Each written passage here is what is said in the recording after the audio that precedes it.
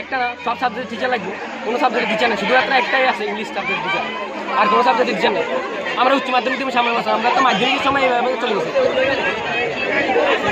কোন স্কুল এটা? এটা মাথা বিদ্যালয়। কতজন শিক্ষক আছে? এর মাত্র 13 জন শিক্ষক। 13 জন শিক্ষক দিয়ে স্কুল 12 অবধি চলছে নাকি? তো সবসময় কি ক্লাস হয়?